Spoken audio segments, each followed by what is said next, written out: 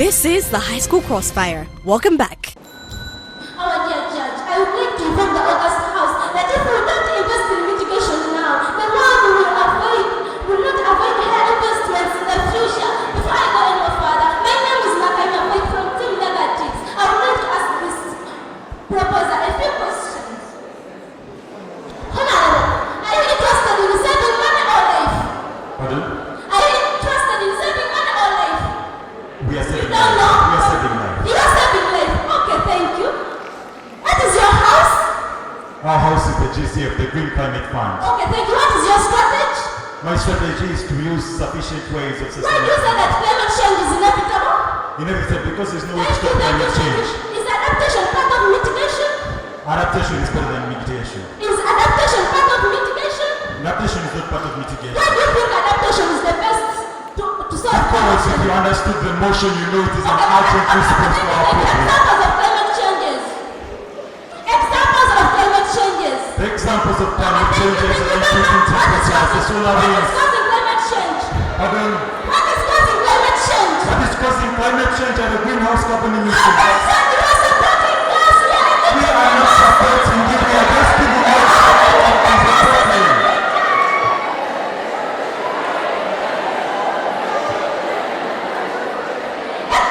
Benefits of adaptation. Pardon? Benefits of adaptation. Pardon?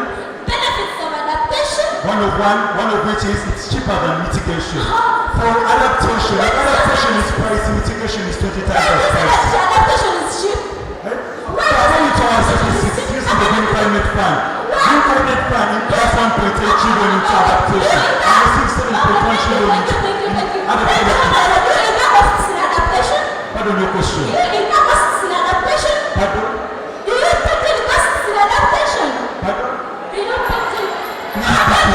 We cannot understand your question. Ladies and gentlemen, good afternoon. These people are saying that they are saving lives. Yet they are saying that we are losing money. We are wasting money. As if these people are interested in saving money, not life. As if they are not humans. We are here saving the humans. They are not. These people are trying to tell us the causes of climate change. They are just giving solutions. What are they solving? When you have not to tell us the causes of climate change, you think we win this debate? They are trying to tell us the benefits of adaptation. Should we just adapt without knowing what we shall benefit from adaptation? These people are trying to give us the examples of climate change. These people are trying to give us the examples where adaptation has, examples of countries where adaptation has worked. Should we just adapt? We need relevant examples of countries where adaptation has worked. As for us, we have given them that in Syria, DRC, mitigation has worked. Why can't we shift to mitigation? How can we solve the problem? How can we solve climate change when we don't know the cause? These people are not what they are talking about. We have told them that global warming is the worst climate change in our society, and they have agreed that greenhouse emissions in the atmosphere are causing climate change. So we delegators, we are here to emit those gases. So they are supporting us, our dear judge. Our dear judge, why are we saying that mitigation should be the most urgent response to climate change, our dear judge? We are saying that if we mitigate, it means that we have looked for the solution, we have looked for the problem, and we are tackling on it. We have looked for the solution, our dear judge. Where the farmers are waiting for the problem and they look for the solution, our dear judge. With that, I think that we win this debate and do. At this moment, let me inform these farmers to come and gain us this thing because they have taken the right path.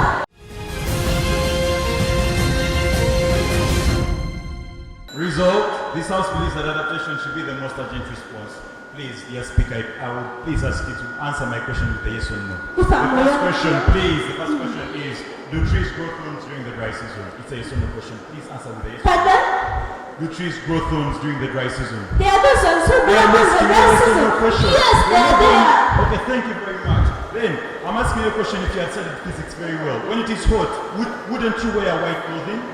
No, When it is hot, if you study physics? it is not Okay, necessary. then let's continue. When it is cold, won't you wear black clothing? I'm asking you a question, yes or no?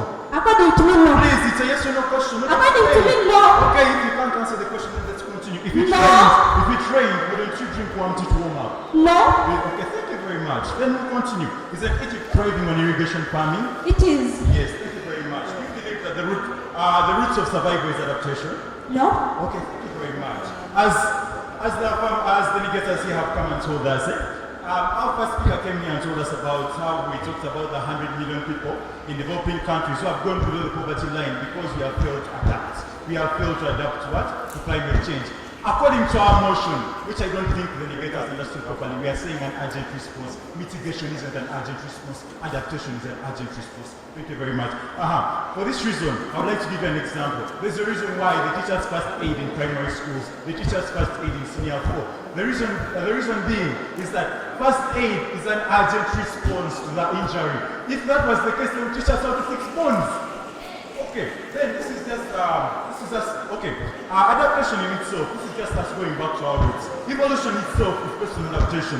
The dinosaurs failed to adapt. What was their fate? They're extinct right now. All we know best is how to adapt. Climate change is an inevitable aspect of life. According to NASA.com, even if we do anything, even if we were to change right now our way of using fossil fuels, there is no way we could revert the damage we have already caused.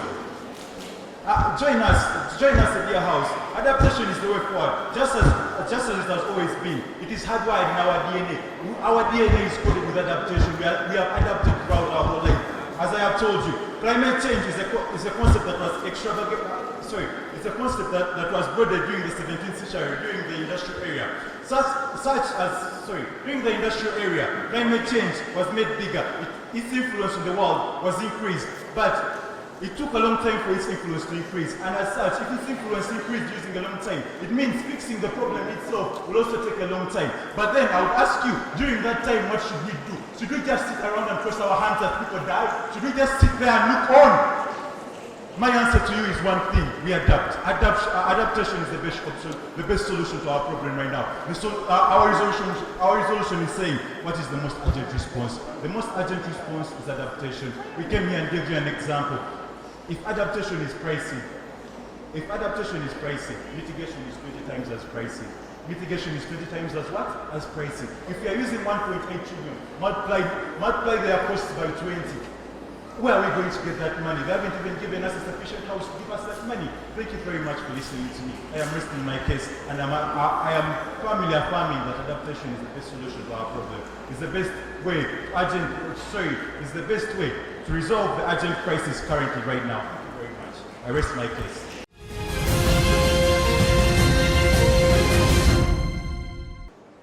Thank you. So, with today's resolution stating that this House believes that adaptation should be the most urgent response to climate change, here is what I expected from both of your policies. 1. Urgency. Therefore, Team Negative, when you come here and your strategy is to plant trees, who of you knows of the slowest growing tree and the fastest growing tree? If your strategy is to plant trees, you've not told us which trees take which period of time. How sustainable is that, and how urgent is it? So here are the following clash points I identified during the course of the debate. We came up to a clash point of sustainability, we came up to a clash point of time, and we came up to a clash point of equity and urgency. Team Affirmative was able to win the clash point of sustainability because in the essence that they inform you that their urgency in adaptation is due to challenges of global warming, they show a nexus between adaptation to challenges of global warming and solving those immediate challenges that are either cheap or expensive. Thank you so much. First and foremost, I want to appreciate both teams by the fact that you were able to identify that this is a policy resolution and the fact that both teams were able to come up with given policies. Ladies and gentlemen, this is an advice that I can give to any team that will ever debate in this life. Whenever it is a policy resolution before you, always understand the keywords in a resolution. Are we together? When you understand the keywords in the resolution, it means you are going to give a policy that is practical, workable, and prima facie going to support the interpretation of the resolution that is always before you. What does that mean? Failure to understand, to comprehend, and appreciate the keywords in the resolution, it is prima facie going to pave way for your failure of giving a practical and workable policy in your debate. Thank you so much, my judges. Now I will go to my judgment. Ladies and gentlemen, I remember I told us one time that speaker roles are never coherent, and you can never shift a speaker role to anybody. When we came for your kind of training and stuff, we told you what the first speaker, the second, third, and fourth are expected to do. These are nitty-gritties. Anyone who is in this debate has to follow, like it or not. When the third speaker and the negator side came, you were winning that case completely. If at all your first speaker could give us where they are getting the money, that was not your job completely. That was not completely your job to tell us how monetary funds are found. Now, coming back to the affirmative side, the third affirmer, I think you're the magician of this game. This is why. Because you ask them a question. Now, if we are mitigating, you ask them a question about the temperatures which are already there, the ozone layer already is destroyed. Are we going to live waiting for the mitigation policy, or we adapt to the ozone layers which are there? Right now it's hot. In this room, everyone can accept the temperatures are hot. To adapt, that means you have not put on your sweater, maybe you have not put on your veil. That is the question now. The third speaker could come and clash, which I never heard of that. But the question is, again, don't put emotion. From the definition of a debate is a formal argument between two parties to discuss of a resolution. Underline the word formal. Formal, the way I saw you, the next thing, if that thing will continue, you people will fight there. The congregation will agree with me. The temperatures were high, the tempers were high. The next thing, one could take a microphone, throw to another one, and we call off this day. Release your tempers. It's a formal argument. It's just a discussion of the mind, playing with the brain. Simple. So on that grounds, I gave Team Affirmative the win. And as of that, it's a unanimous judgment that Team Affirmative has the day.